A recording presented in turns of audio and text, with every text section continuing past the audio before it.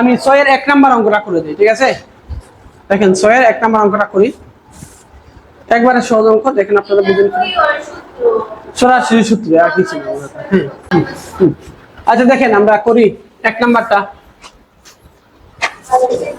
আপনাকে প্রমাণ করতে বলছে, তাহলে লেফট হ্যান্ড সাইড একটু লিখে আমি লেফট হ্যান্ড সাইড কত কে বলে দিবা? ফারিয়া বলেন তো।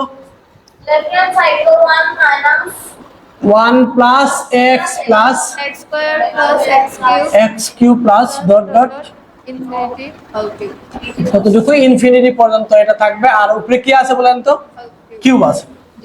ওকে, এবার দেখেন যে এই যে প্রথম ব্র্যাকেটটা আছে, ব্র্যাকেটের ভিতরের পার্টটুকু আমাদের খুবই পরিচিত মনে হচ্ছে না?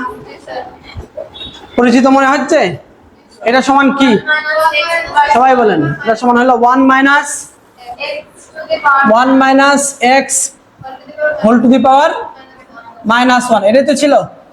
আর সবার উপরে আবার কি আছে বলেন তো দেখি? কিউব আছে, ঠিক আছে? ওকে, এটাকে আবার কি বলা যায় বলেন তো? এই যে -1 এর সাথে আবার এটা কি সম্পর্ক আছে? গুণ আকারে আছে না? তাহলে কি বলা যায়? -3 বলা যায় না? আচ্ছা, এটার বিস্তৃতি কি আমরা সরাসরি জানি কিনা বলেন তো? জানি। ওকে, কে বলে দিবা? বলো, কে বলবা? ফারিয়া বলেন দেখি। 1 plus 3x plus 6x। Faria না, কে বলবা? তুমি বলো, নাবিলা বলো, দেখবা না? বলো কি হবে? 1 প্লাস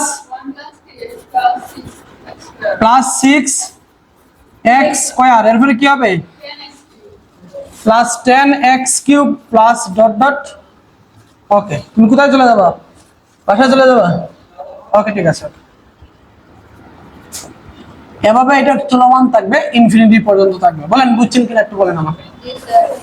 বুঝছেন? এটা একবারে সহজ, শুদ্ধ সূত্র বলে কিন্তু এটা বন্ধ থাকে, কিন্তু আলাদা হলে না বন্ধ করে দাও। তুমি সমস্যা কোথায়? দেও বন্ধ হয়ে যায়। দেখছেন? বুঝছেন?